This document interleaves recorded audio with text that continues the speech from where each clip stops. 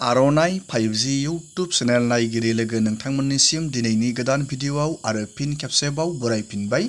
दिनैनि गोदान भिडिअआनो जाहैबाय आसाम अरुणोदय 3.0 नि बागै नोंथांमोना खोनाबोबाय दंमोन।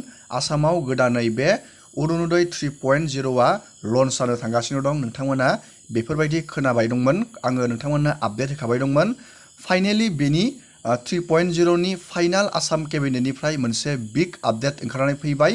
बे आपडेटआव नोंथांमोननो आङो दिनैनि नैबे भिडिअनि गेजेरजों आसाम अरुणोदय 3.0 नि नोंथांमोननो आपडेट फोरमायनानै होगोन। बे आपडेटआव थागोन बे आसाम अरुणोदय 3.0 आव टटेल आसामाव खैजोन बेनिफिसारिफोरा बे 3.0 नि लाबखौ मोननो हागोन, लोगोसे बेनि सिलेक्शन प्रसेसा माब्लानिफ्राय जागोन आरो बेनि प्रसेसा माबायदि जागोन, बेयाव इलिजिबल जानो नोंथाङा मा डकुमेन्ट नांगोन, लोगोसे नोंथाङा बेयाव बेसेबां रां मोननो हागोन, लोगोसे सेन्ट्रेल गभर्नमेन्टनि मा स्किमखौ नैबे अरुणोदय 3.0 आव एड खालामनानै होगोन, बेफोरनि ए टु जेड फाइनेल लिस्टखौ नोंथांमोननो आङो दिनैनि नैबे भिडिअनि गेजेराव शेयार बानायनानै होगोन।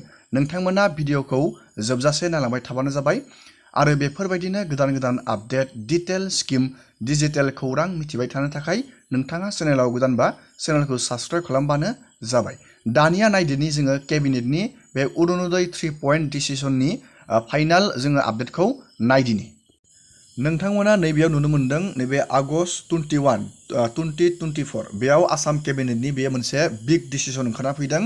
3.0 अरुणोदय आसामाव गोदानै बेसेबां मानसिफोरा बेयाव मोनगोन, लोगोसे मा इलिजिबिलिटि क्राइटेरिया थानांगोन, जों बेफोरनि ए टु जेड आपडेटखौ नायदिनि। गिबियावनो आसाम अरुणोदयआव नोंथांमोना खोनाबाय दंमोन 20 लाख मानसिफोरखौ सोफानायनि, नाथाय बे नङा।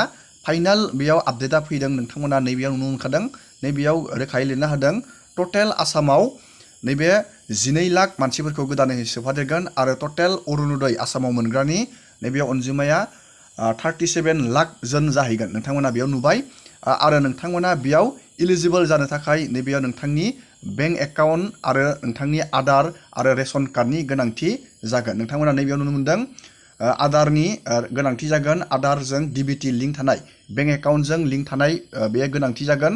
बेखौ डिबिटि बुङो, डाइरेक्ट बेनिफिट ट्रेन्सफारनि जोहै नोंथांनो अरुणोदय स्किमनि रांखौ होगोन। लोगोसे मेन डकुमेन्टआनो जाहैबाय नैबे रेशन कार्डआ नोंथांनि आखायाव थाथारनांगोन।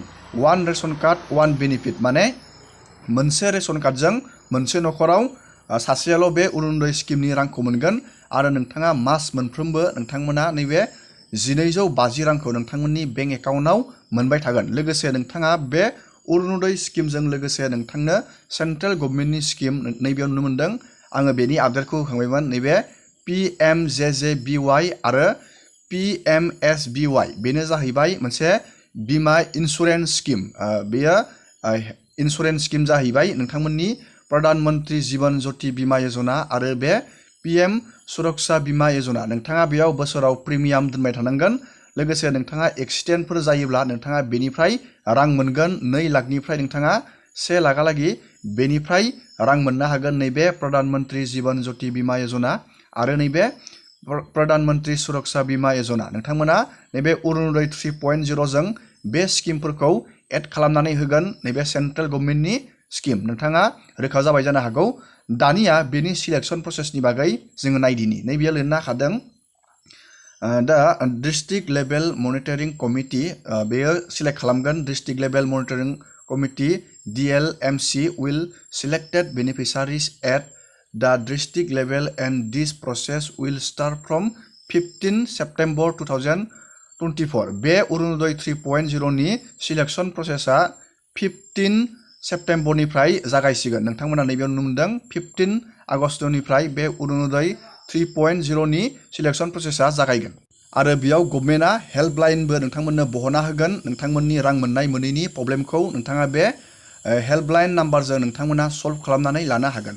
नोंथांमोना नैबे 15 सेप्टेम्बर जानाय लोगो लोगोनो नोंथांमोना आधार कार्ड आरो नोंथांनि डिबिटि लोगोसे नोंथांनि रेशन कार्डफोरखौ नोंथाङा थिक खालामना लाबानो जाबाय अरुणोदय 3.0 आव नोंथांमोना एप्लाइ खालामनो थाखाय।